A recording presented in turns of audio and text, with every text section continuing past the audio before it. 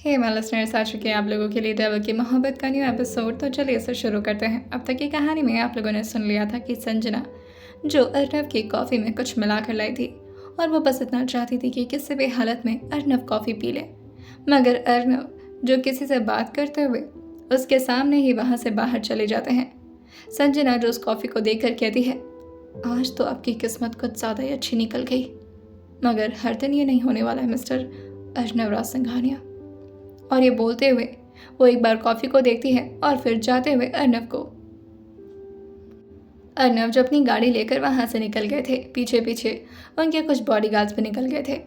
संजना जो जैसे ही गेट को खुला पाती है वो बाहर आती है और जैसे ही वो धीरे धीरे कदमों से बाहर आई थी वो एक गहरी सांस लेते हुए कहती है, कितने दिनों से मैं इस दिन के लिए तड़प रही थी जब मैं अपनी मर्जी से बाहर निकल सकूं।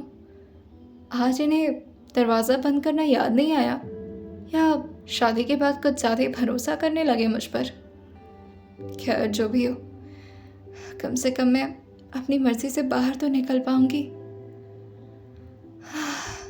और वो बाहर खुली हवाओं को अपनी सांसों में भरते हुए अपनी आंखें ज़ोर से बंद कर लेती है और धीरे से कहती है, क्या चाहती थी मैं, क्या बनना चाहती थी और क्या बन कर के रह गई हूँ।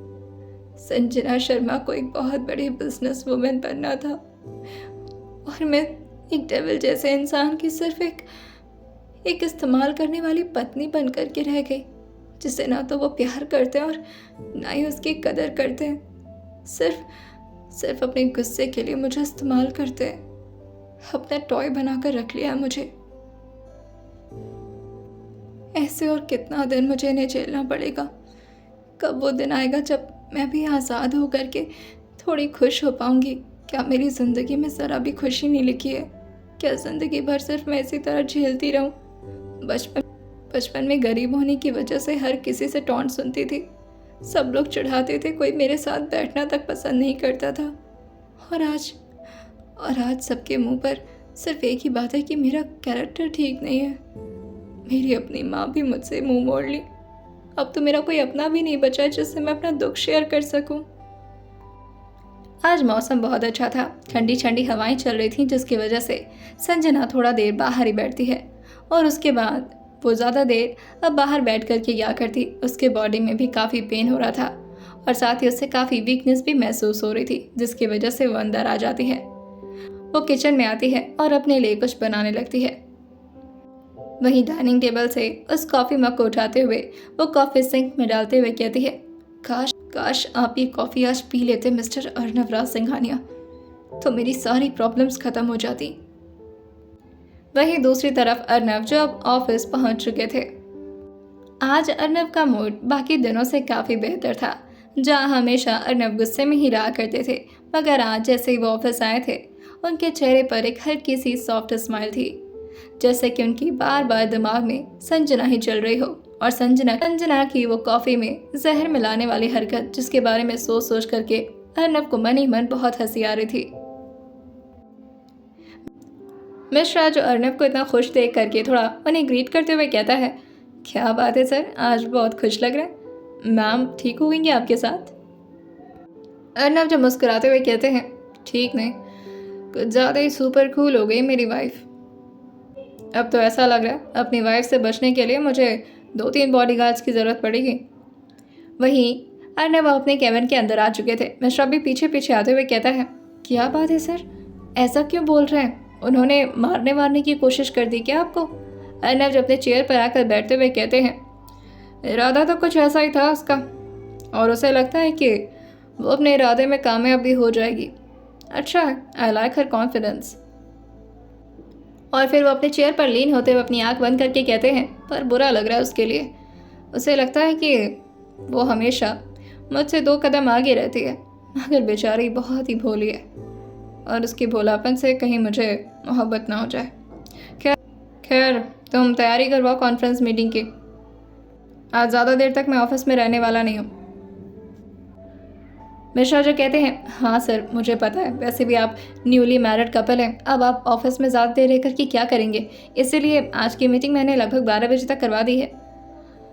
अर्नव जो कहते हैं, 12 बजे तक, और ये बोल करके वो अपने वॉच में देखते हुए कहते हैं, तब तक तो मेरी बीवी जी न जाने क्या क्या गुल खिला लेंगी।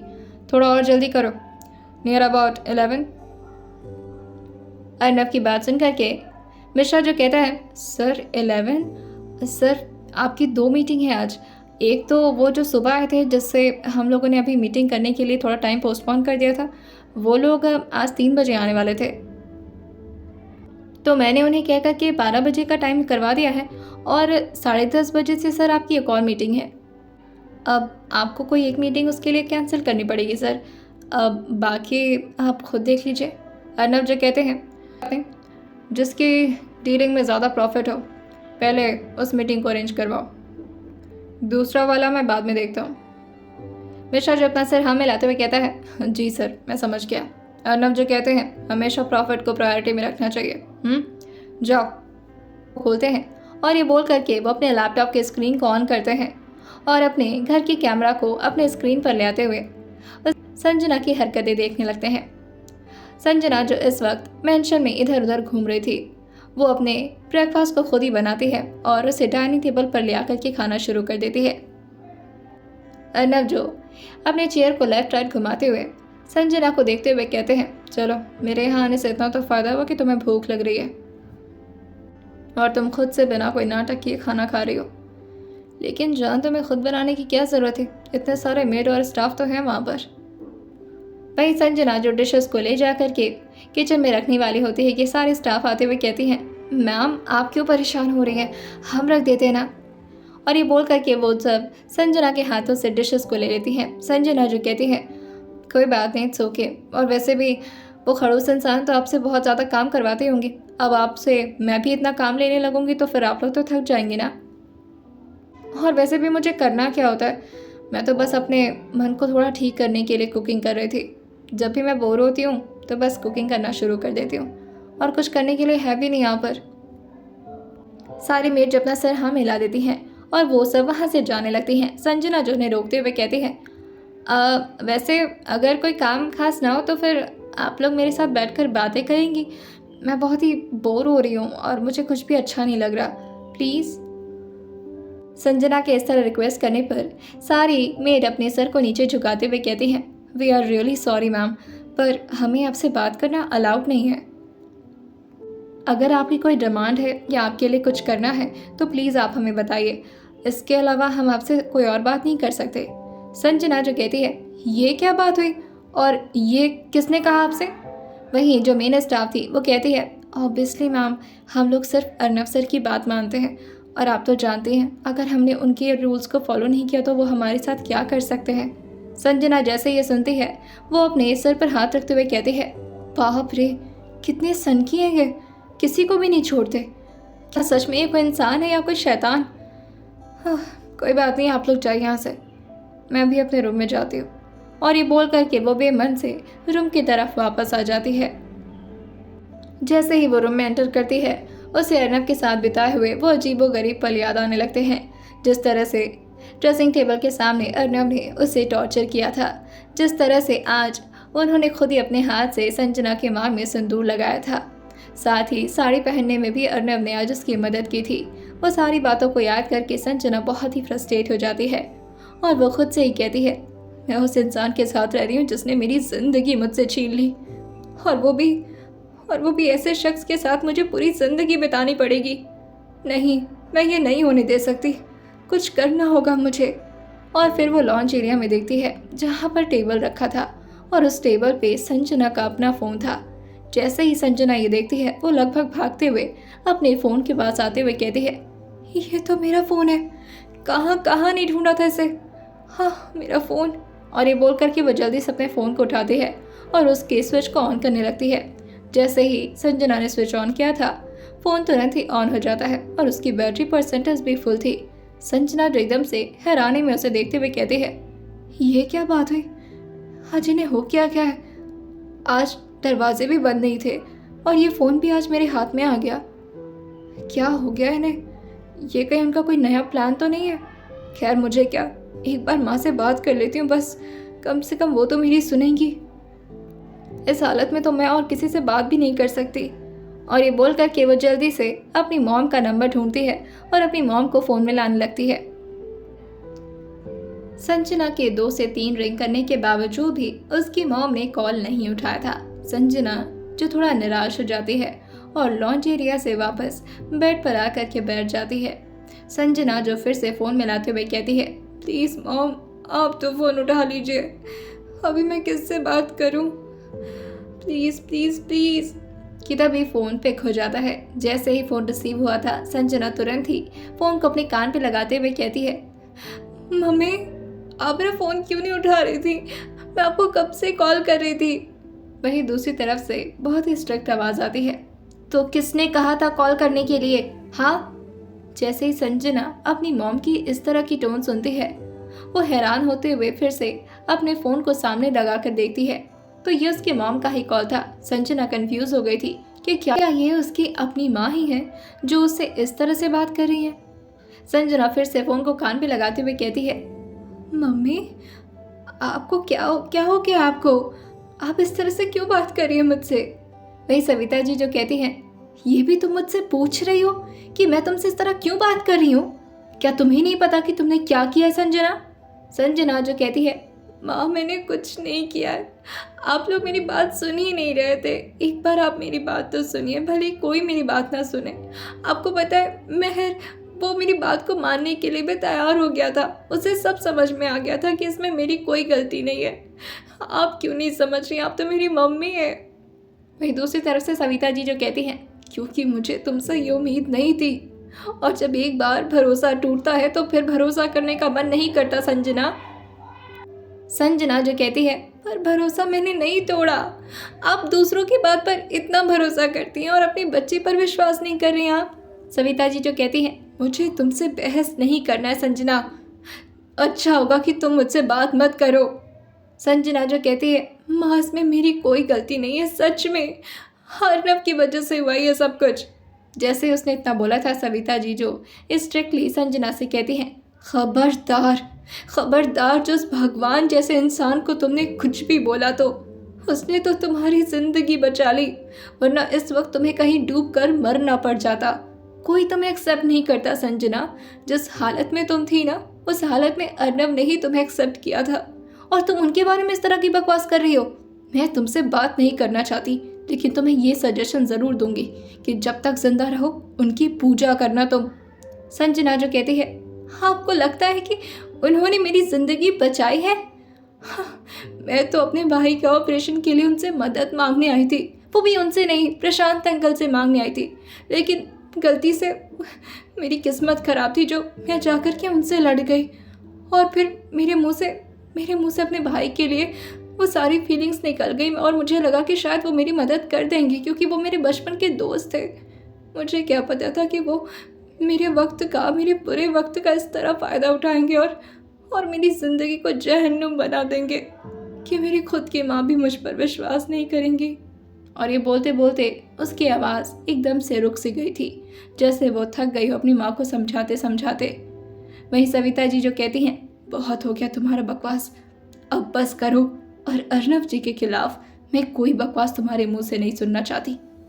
और हाँ, आइंदा से मुझे कॉल मत करना संजना, तुम जहाँ हो खुश रहो, बस भूल जाओ कि तुम्हारी कोई माँ और तुम्हारा कोई भाई भी इस दुनिया में है। और ये बोल करके वो गुस्से में फ़ोन कट कर देती हैं। जैसे ही संजना की माँ ने फ़ोन कट किया था, संजना के हाथों से फ़ोन नीचे गिर जाता है। संजना जो एकदम से टूट करके बेड पर अपने हाथ को रखते हुए कहती है, ये सब और कितने दिन तक मुझे सहना पड़ेगा, इससे अच्छा तो मैं मर ही जाऊं। अगर मैं अपने घर वालों के लिए नहीं जिंदा रह सकती तो फिर मैं जी ही क्यों रही हूँ। ये कैसे शख्स के साथ रहने के लिए जो सिर्फ मेरी इंसल्ट करता रहता है, जो सिर्फ मुझे नीचा दिखाता रहता है, जिसको खुद नहीं पता कि वो मुझे अपने साथ रखा क्यों है, बस कहता है कि ऑब्सेशन है मुझसे, और मुझे ऐसी गलतियों की सज़ा दे रहा है जो गलती मैंने की ही नहीं है। नहीं, मैं यहाँ नहीं रह सकती, मैं मर जाऊँगी, लेकिन मैं यहाँ नहीं रहूँगी। और ये बोल करके वो खिड़की की तरफ देखने लगती है। खिड़की से नीचे की हाइट जो काफ़ी ज़्यादा थी, वहीं ये सब अर्नव देख रहे थे, और संजना की हरकतों पर उन्हें थोड़ा गुस्सा भी आ रहा था और संजना के लिए फिक्र भी हो रही थी। मगर वो घबरा नहीं रहे थे। संजना जो खिड़की के नीचे देखते हुए कहती है, अगर यहाँ से कूदूंगी तो मरूंगी तो नहीं? हाँ, मगर हाथ पैर टूट जाएगा। नहीं, इससे कोई फ़ायदा नहीं होगा। इससे तो वो मुझे और ज़्यादा अपने कंट्रोल में ले लेंगे। मुझे कुछ ऐसा करना होगा जिससे मैं बचूं ही नहीं। एक काम करती हूँ, जो जहर मैंने उनकी कॉफ़ी में मिलाया था मैं वो जहर खुद पी लेती हूँ। उसके बाद तो मेरे बचने का कोई चांस ही नहीं बचेगा। हाँ, यही यही करना होगा मुझे। और ये बोल करके वो जल्दी से रूम से बाहर निकलती है और लगभग दौड़ते हुए वो नीचे की तरफ बढ़ती जा रही थी। जैसे जैसे उसके कदम ज़ोर ज़ोर से सीढ़ियों पर पड़ रहे थे, उसके कदम से खून आना भी शुरू हो गया था। उसके पाँव के जख्म जो फिर से उभर आते हैं, मगर संजना को अभी कोई भी तकलीफ नजर नहीं आ रही थी। किचन में सारे स्टाफ जो काम कर रहे थे, संजना जो सबसे कहती है, आप लोग थोड़ी देर के लिए बाहर जाइए, मुझे कुछ काम है। और ये बोल करके वो सारे लोगों को वहाँ से बाहर जाने के लिए कह देती है। जैसे ही उसने सबको बाहर जाने के लिए कहा था, सारे लोग उसका ऑर्डर तुरंत ही मान जाते हैं और वहाँ से चले जाते हैं। संजना जो फिर से अपने किचन के ड्रॉर से उसी डिब्बे को बाहर निकालती है और उसको देखते हुए कहती है, अगर तुम अर्नव राज सिंघानिया को नहीं मार सकती तो क्या हुआ? तुम मुझे तो मार सकते हो ना, और मुझे ज़िंदगी से मुक्त कर सकते हो ना। मुझे नहीं जीना इस तरह से। अब बस तुम ही मेरे सहारा हो। बस किसी भी हालत में मैं जिंदा ना बचूं, कुछ भी ऐसा करना। और ये बोल करके वो उसे पानी में घोरती है और पूरी डिब्बी को खाली कर देती है। और उसे घोर करके वो धीरे धीरे करके उसका एक सिप लेना शुरू कर देती है।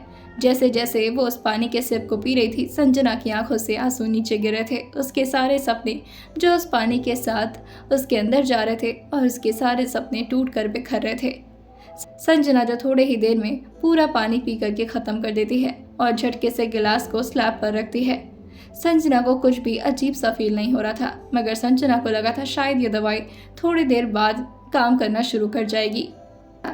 उस डिब्बी को वो जब पढ़ती है तो उसमें लिखा था रेड पॉइजन, जिसे देखकर संजना कहती है, शायद ये दवाई धीरे धीरे काम करती होगी। हाँ, बहुत जल्द अब मैं अपनी आखिरी सांसों को गिन रही होंगी और मैं उनके बंधन से आज़ाद हो जाऊंगी। चाहे कैसे भी, लेकिन बस अब मुझे ये ज़िंदगी और नहीं जीनी। और ये बोल करके वो धीरे धीरे कदमों से फिर से बाहर आने लगती है। अब संजना के कदम से पूरी तरह से खून बाहर निकलने लगे थे और जहाँ जहाँ उसके कदम पड़ रहे थे, खून उसके पैरों के निशान छोड़ते जा रहे थे। सारे स्टाफ जो संजना को जैसे ही बाहर आते हुए देखती है और फिर उसके कदम के पास देखती है तो पूरी तरह से खून खून हुआ था, जिसकी वजह से सारे स्टाफ उसके सामने आते हुए कहती हैं, मैम आपके पैर में बहुत चोट लगी है, आप आकर के बैठिए, हम फर्स्ट एड लेकर आते हैं। संजना जो कहती है, उसकी ज़रूरत नहीं पड़ेगी, वैसे भी अब ये खून मेरे शरीर में रहकर करेगा भी क्या, बहुत जल्द ये शरीर ही जब। और उसने इतना बोला ही था कि तभी वो सारे स्टाफ को देखते हुए मन में सोचती है, अगर इन लोग को पता चला तो ये लोग मुझे कहीं हॉस्पिटल में एडमिट ना कर दें और फिर मेरा सारा प्लान खराब हो जाएगा। और ये सोचते हुए वो फिर से अपने रूम में जाते हुए कहती है, मैं जा कर के दवाई लगा लेती हूँ, आप लोग परेशान मत होइए। और ये बोल करके वो धीरे धीरे कदमों से रूम में जाने लगती है और जाते ही वो बिना दवाई लगाए ही बेड पर आकर आराम से लेट जाती है। अब संजना को लगा था कि बस अब उसकी आखिरी सांसें चलना शुरू हो गई हैं। उसे लग रहा था कि वो अब मरेगी कि तब मरेगी, और यही सोचते सोचते वो बेड पर ही लेटे लेटे सो जाती है। वो एक चैन की मौत मरना चाहती थी और उसके दिमाग में अब कोई भी टेंशन नहीं बचा था। जब उसके माँ और उसके भाई अपनी ज़िंदगी में नहीं रह गए तो फिर वो और किसी के लिए क्यों ही जीती, और वो भी एक ऐसे शख्स के साथ जो सिर्फ उसे टॉर्चर ही करता था। कुछ घंटे बीत जाते हैं।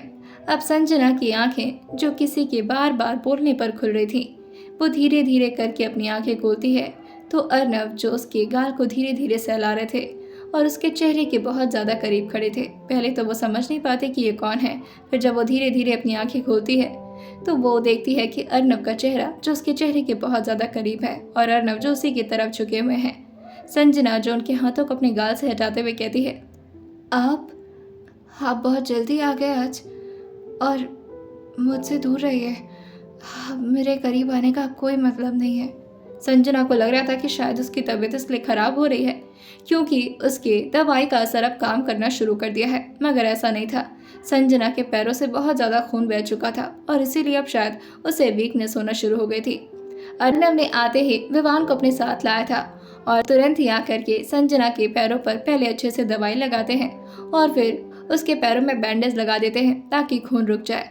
वहीं विवान भी आकर के देखता है तो संजना की कंडीशन ज़्यादा क्रिटिकल नहीं थी, बस उसके बॉडी में हल्की हल्की वीकनेस थी जो कि ब्लड लॉस की वजह से हुई थी।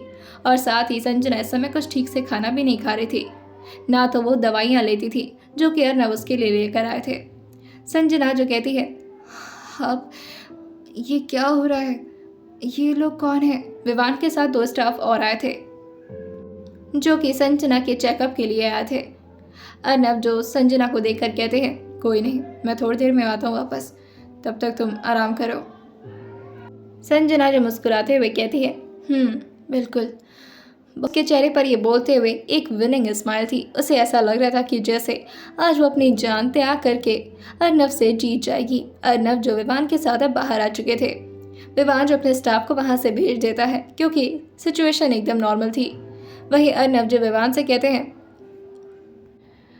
आज उसने मरने की कोशिश की है विवान। विवान जैसे ये सुनता है वो अर्नव को देखकर कहता है, ऑब्वियसली तेरे साथ कोई भी रहेगा तो मरने का ही ट्राई करेगा, तो इस हद तक क्यों उसे टॉर्चर करता है?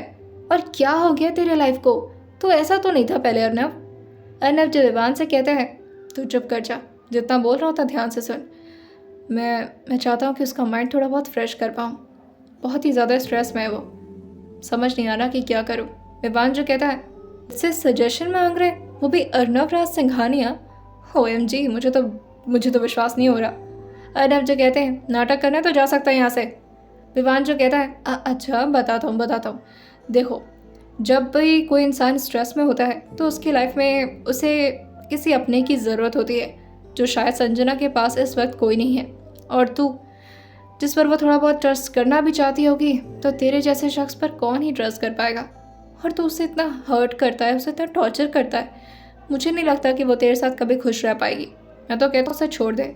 जैसे ही विवान ने इतना बोला था, अर्नव जो विवान को तुरंत ही पीछे की तरफ धक्का दे देते हैं। इस वक्त विवान जो सीढ़ियों के एकदम कॉर्नर पर खड़ा था और वो सीढ़ियों के ऊपर खड़ा था, जिसकी वजह से उसके कदम लड़खड़ाते हैं और वो पीछे की तरफ झुका ही था कि तभी अर्नव उसके कलाई को पकड़ते हुए कहते हैं, आइंदा से अगर इस तरह की फालतू बकवास अपने मुंह से निकालने की ज़रूरत की ना, तो जान लेना तुम भूल जाऊंगा कि तुम मेरे दोस्त हुआ करते थे कभी।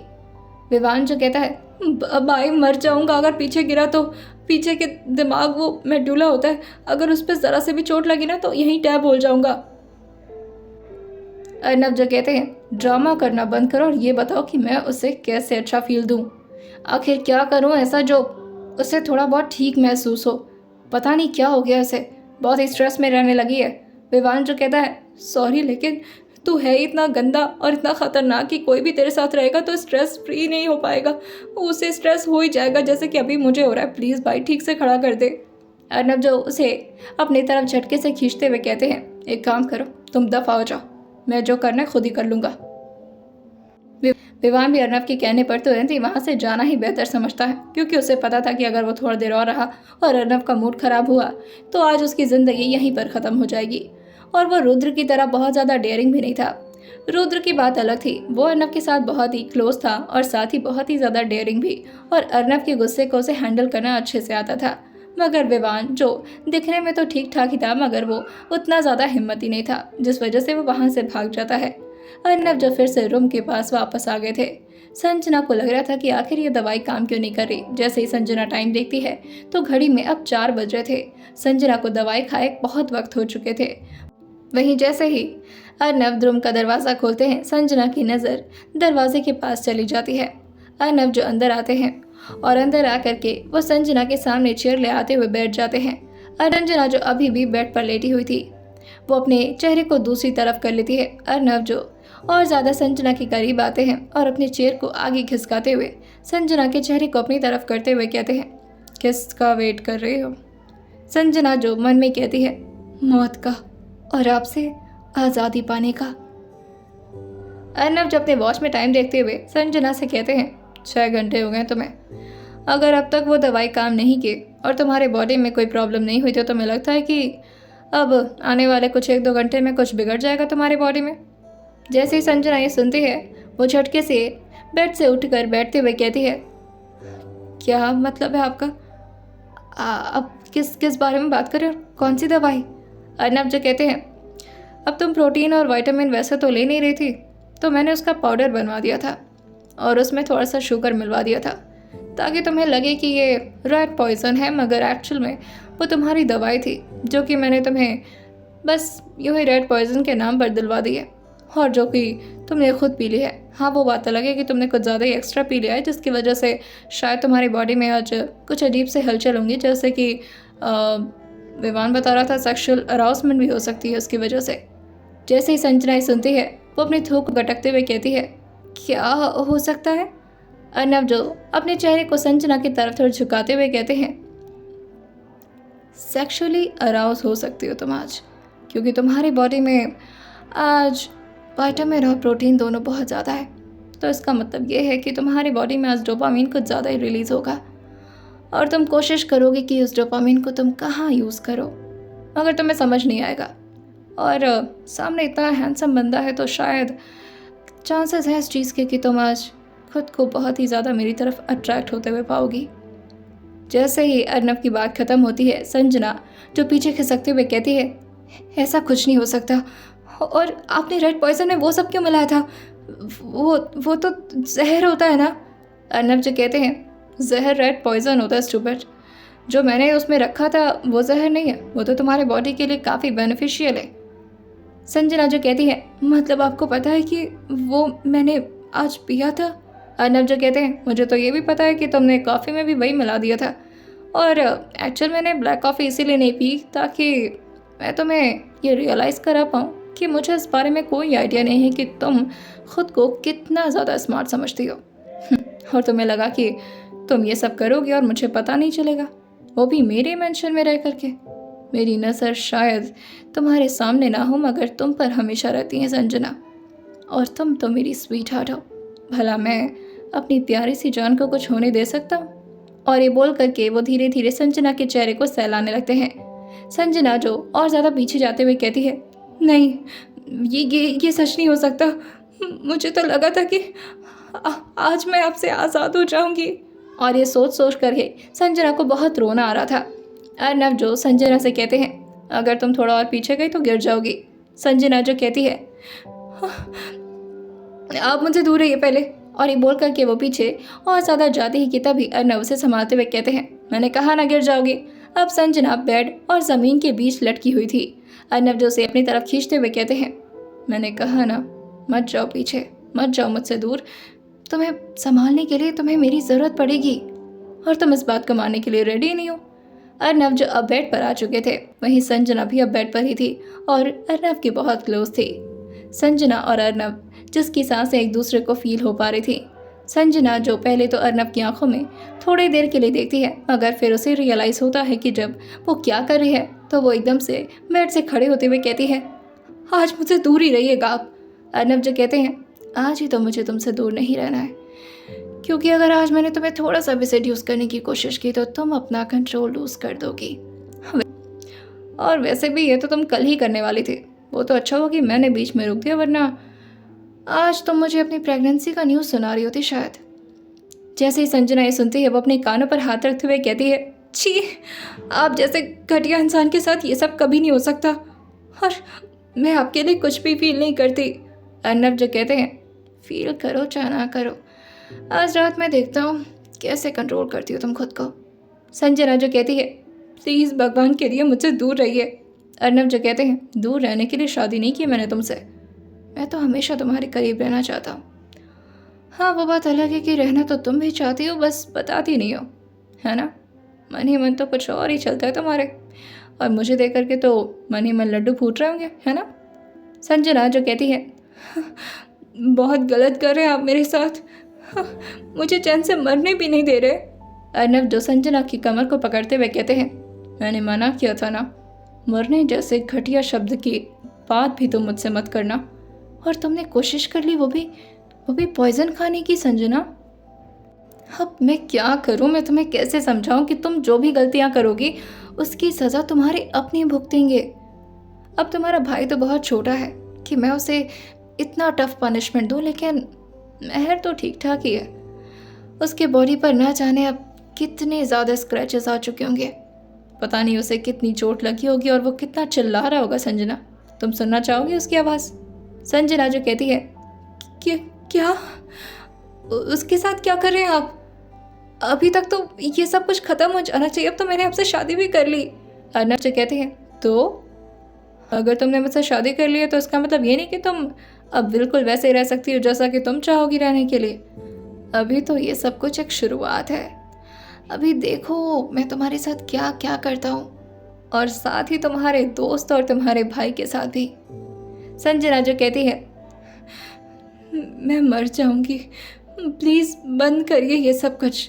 अर्नब जो संजना को गले लगाते हुए कहते हैं फ़िलहाल आज तुम्हारे लिए कुछ अच्छा फेवर करने के बारे में सोच रहा हूँ मैं।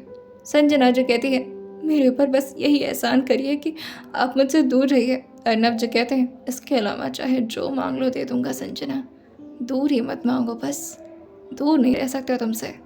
और ये बोल करके वो हल्का सा संजना को देखकर स्माइल करने लगते हैं। संजना जो कहती है मुझे नहीं चाहिए आपको कोई फेवर, रहने दीजिए। और ये बोल करके वो जैसे ही वहाँ से जाने वाली होती है, अर्नब जो से कहते हैं तुम्हारे लिए कुछ लेकर आया हूँ। और ये बोल करके वो संजना को एक शॉपिंग बैग देते हुए कहते हैं ये लो तुम्हारे लिए। संजना जो कहती है इसमें क्या है? अर्नब जो कहते हैं खोल कर देखो, तुम्हें पसंद आएगा, और जल्दी से इसे पहन कर तैयार हो जाओ, हम कहीं बाहर जा रहे हैं। जैसे ही संजना उस बैग को खोल करके देखती है, उसमें रेड कलर की मिडी रखी हुई थी जो शायद संजना के लगभग घुटनों तक ही आती, जिससे देखकर संजना थोड़े गुस्से में कहती है आपको पता है ना मैं इस तरह के कपड़े नहीं पहनती, क्यों लेकर आते इस तरह के कपड़े मेरे लिए? अर्नब जो पीछे बिना मुड़े ही उससे कहते हैं अगर तुमने ये कपड़े नहीं पहने थोड़ी देर में और मैं बाथरूम से निकल कर बाहर आ गया और तुम्हें उन कपड़ों में नहीं देखा तो फिर समझ जाना कि तुम्हारे बदन पर कोई कपड़े नहीं बचेंगे।